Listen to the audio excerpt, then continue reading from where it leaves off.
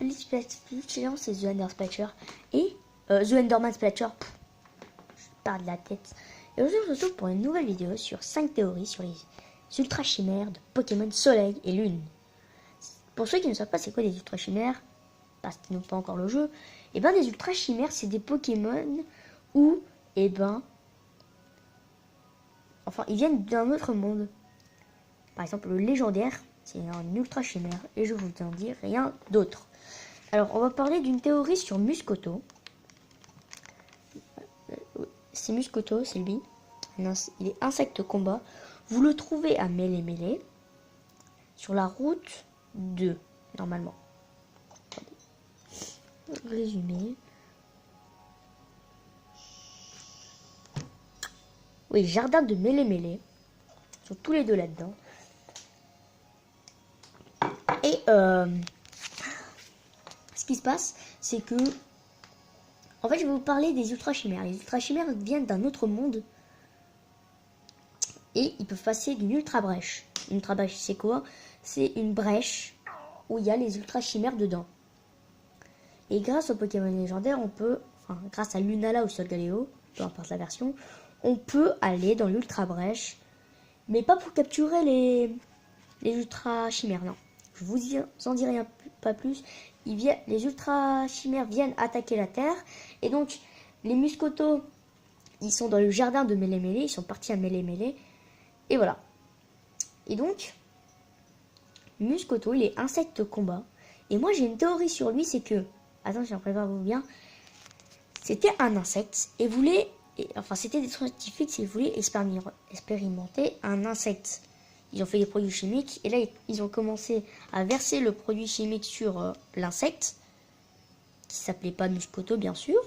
Et la Muscoto s'est transformé et il a eu des gros muscles, il a éclaté tout le monde. Ensuite, il a trouvé un portail, il est passé dedans, enfin l'ultra brèche, mais il savait pas que c'était ça, il a passé dedans.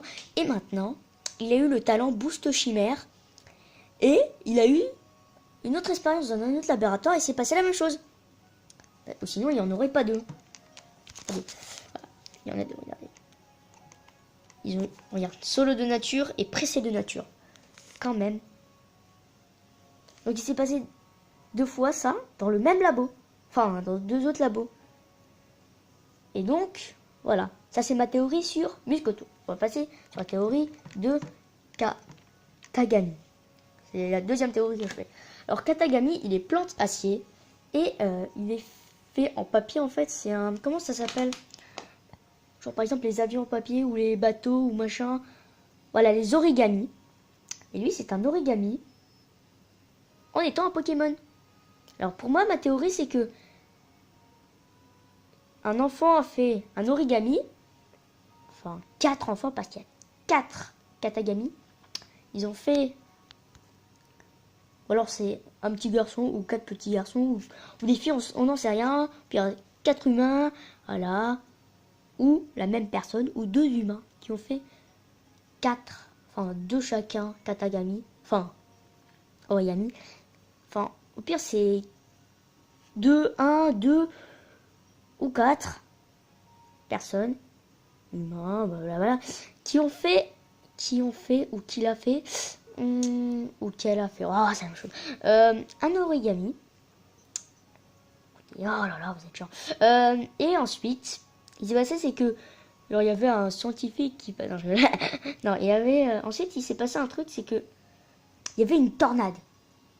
Et cette tornade, c'était l'ouverture de l'ultra brèche. Et là, il y a l'origami qui rentre, les 4 origamis qui sont rentrés dans l'ultra brèche. Et à un moment, ils se sont devenus des Pokémon grâce à Muscoto, les 2 Muscoto, parce qu'ils genre ils les ont placés comme ça et voilà. Pour moi c'est ça leur histoire. C'est triste. Maintenant je vais vous parler de non, je n'irai pas de Solgaleo. Je déconne parce que moi je suis sur version Soleil. Maintenant sur lequel puis-je parler? Ah voilà, sur Zéroïde. Alors Zéroïde pour moi c'est une méduse qui s'est fait aspirer par l'ultra brèche. Mais ensuite, grâce à l'ultra brèche, Muscoto et Katagami, enfin les Muscoto et les Katagami, ont piqué. Ah non, vu que Zéroïde. Non. Ils ont piqué. Ils ont mis plusieurs tentacules à Zéroïde. Et Zéroïde, il est devenu comme ça. Et en fait, j'ai pensé cette théorie comme ça. Ensuite, la dernière théorie... Attendez, je vais vous montrer son type. Hein. Voilà. Ensuite, la dernière théorie va se passer sur un Pokémon que je n'ai pas sur la main. Parce qu'elle est sur mon île. Elle est sur le Poké Loisir. Non, c'est ça. Je suis bête. Putain. Voilà. Poké Loisir. On y rentre. Regardez. Trop classe. Hein. L'animation du Dracofeu. C'est une Pokémonture, le Dracofeu. Vous avez vu? Et ça, c'est le Poké Loisir. Ah.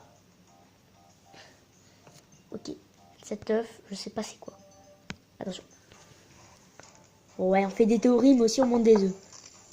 Est-ce un shiny? Attention. C'est un Froussardine. Il est pas shiny, dommage. Dommage, c'est dommage. Oui, mais je peux rien dire, voilà. Non. Le mec, non, pas de surnom. Alors. Donc voilà, c'est E2 là. Attendez, je vous montre. Je tape dessus. Voilà, c'est lui. Alors pour moi, ma théorie, c'est que c'était des prises. Et que, un moment, en fait, c'était les prises des ordinateurs des scientifiques. Et à un moment, le produit chimique des scientifiques, ils sont tombés sur ces câbles. Et ces câbles, ils ont électrocuté tous les scientifiques. Et les câblifères, les deux câblifères, sont allés dans l'ultra brèche et ont passé leur vie avec Muscoto, Katagami, etc. Voilà, vous avez compris. Là, ça fait 4 théories parce que je montrais que 4 Pokémon. Et bon, on va faire la théorie sur Solgaleo. Ou non, pas Solgaleo. Sur Cosmog. Oui, c'est un ultra chimère. Je vous en dis pas plus. Alors Cosmog, son histoire, c'est que... Et en plus, Cosmog, il est parti en 3 évolutions. Il y a eu Cosmog, et Vous avez compris? Voilà. Alors, l'histoire de Cosmog, c'est qu'un jour, c'était la lune, la pleine lune, et il y avait une étoile. Et elle faisait une constellation. Et à un moment, une météorite passait. Elle fonçait sur la constellation, et à un moment, pouf! Ça a percuté la constellation. La constellation s'est brisée en morceaux. Et là, il y a une jeune fille, je ne dirai pas le nom, a essayé de refaire cette constellation. Oui, parce qu'elle la trouve à terre. Et à un moment, l'ultra brèche l'aspire. Non. D'abord, avant d'être sur la fille, il est tombé dans l'ultra brèche. Et ensuite, il est en ressorti. Il s'est dit, oh, mais je suis où? Il y a eu une fille. Et elle a foncé dessus. Elle a fait, oh non, un petit Pokémon. Elle savait même pas que c'était une ultra chimère. Elle la met dans son sac. Et point barre. Voilà mes 5 théories sur les ultra chimères de Pokémon Soleil et Lune. Dites-moi dans les commentaires vos théories à vous. Voilà. J'espère que vous avez bien compris mes théories. J'espère que ça n'a pas été farfelu dans vos têtes. Mon Cosmog, je peux pas vous le montrer parce que je l'ai pas. Je l'ai pas. Je peux juste vous dire un truc, c'est que... Attention, vous êtes prêts?